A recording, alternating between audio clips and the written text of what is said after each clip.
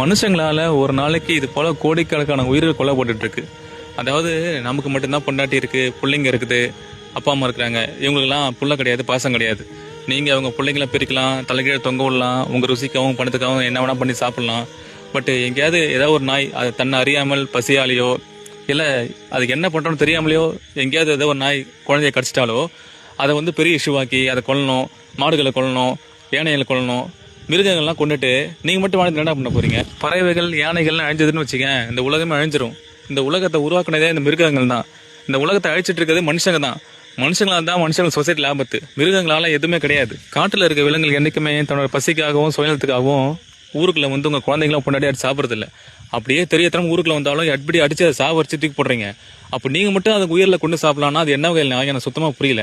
இங்க பாருங்கப்பா, முதல்ல நமக்கு வலிக்கிற மாதிரி பசிக்கிற மாதிரி தான் மற்ற உயிருக்கும் வலிக்கும் பசிக்கின்ற உணர்வு தான் உண்மையான மனிதநேயம்.